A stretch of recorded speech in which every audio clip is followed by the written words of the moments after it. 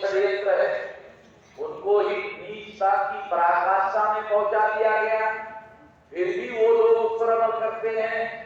जातिया आप लोगों के खिलाफ बनाया गया इस देश का पहले नंबर का षड्यंत्र है,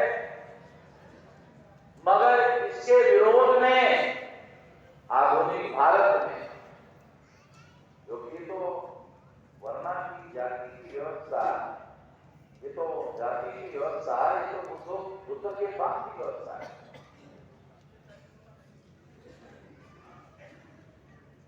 तो इसलिए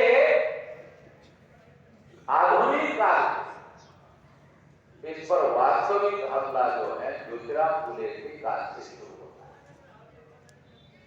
और इसको बाबा साहब अम्बेडकर ने संवैधानिक मैंडेट बना दिया।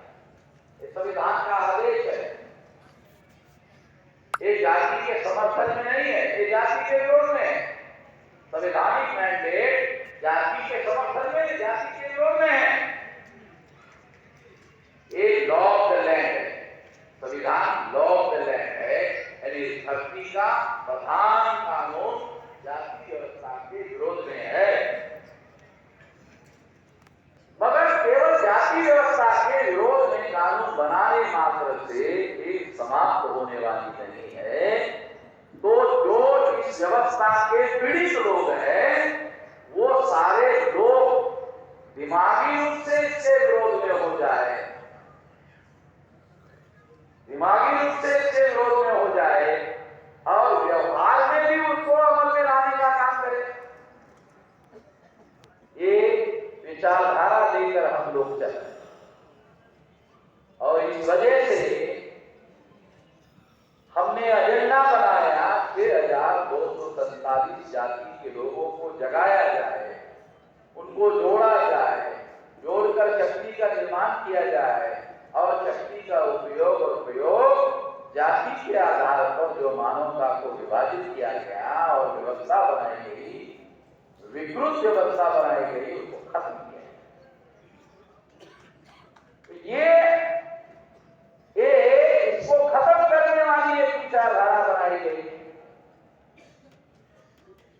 और इसके आधार पर आज इस पंडाल में शेड्यूल कास्ट के लोग हैं, आज इस पंडाल में मोस्ट बैकवर्ड शेड्यूल कास्ट के लोग हैं, एक्सट्रीम बैकवर्ड शेड्यूल कास्ट के लोग हैं, शेड्यूल ट्राइब के लोग हैं, मोस्ट बैकवर्ड शेड्यूल ट्राइब के लोग हैं, नॉमिनेटेड ट्राइब के लोग हैं, एमबीसी के लोग हैं, ओबीसी के लोग हैं और माइनॉरिटी के जो इनसे ही कन्वर्ट हो गए हैं, मुस्लिम है, सिख है, ईसाई है, बुद्धिस्ट है, जैन है, लिंगायत है, वो सारे लोग यहाँ रिप्रेजेंटेटिव के तौर पर है। इसका मतलब ये है कि इस विचारधारा के आधार पर इस व्यवस्था के विरोध में जो एक आंदोलन खड़ा होना चाहिए, जितनी भी जातियां इससे पीड़ित है उन सबका एक आंदोलन खड़ा होना चाहिए। ये बात अब केवल सोच नहीं रही है, केवल विचार नहीं रहा है, तो लोगों ने इसको अपने जीवन में ढालने का भी काम शुरू किया है।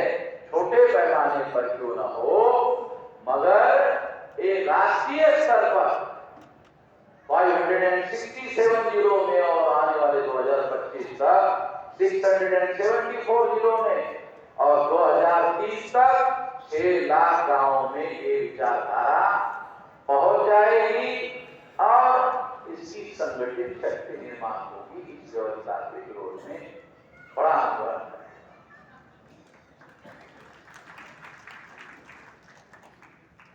देखो, हम जो करते हैं उसका देश में कैसे परिणाम होता है। हमने एक विषय रखा, क्या राजपूतों का, क्षत्रियों का जो मूल रूप से नाग लोग है उनका संगठन बनाना चाहिए, ऐसा है। तो आरएसएस ने राजनाथ सिंह को राजस्थान में भेजा, ये राजस्थान से गए। राजनाथ सिंह जो है राजपूत, उसको आरएसएस ने भेजा राजस्थान, जाओ। तो ये खतरा पैदा हो रहा है, राजस्थान को वहां भेजा। क्षत्रियों ने आरएसएस को डर रखा, आएंगे 30 मेंबर पार्लियामेंट की टिकट है। हमारी वजह से उनकी बार्गेनिंग कैपेसिटी भी बढ़ गई। मांगते ही नहीं थे, अभी पहली बार मांगा। और राजनाथ ने अध्यक्षता के तौर पर भाषण में कहा ये वर्ग जिसके साथ रहेगा उसकी सरकार। वो तो हमारे साथ आ गया और हमने अधिकृत रूप से शामिल भी कर दिया। मगर क्या परिणाम होगा हमारे लोगों को उतनी समझदारी नहीं है। हमारे लोगों के पास उतनी समझदारी नहीं है जितनी समझदारी जो है हम इधर सब्जेक्ट बनाने में रिफ्लेक्ट करते हैं। इतनी समझदारी नहीं है, मगर इमीडिएट उधर मैसेज जाता है, इमीडिएट जाता है, इमीडिएट उसका परिणाम होता है। तो ये बात मैं आप लोगों को उदाहरण के तौर पर बता रहा हूं। क्यों ऐसा क्यों हो रहा है? क्योंकि हम लोग जो है यहाँ पर एक छोटा भारत इकट्ठा हुआ है और जब ये चेला गांव में फैल जाएगा तो इस देश का जो जिसे संस्कृति कहते हैं ब्राह्मण लोग विकृति है उसको खत्म करने लायक ताकत जो है 2030 में खड़ी हो जाएगी।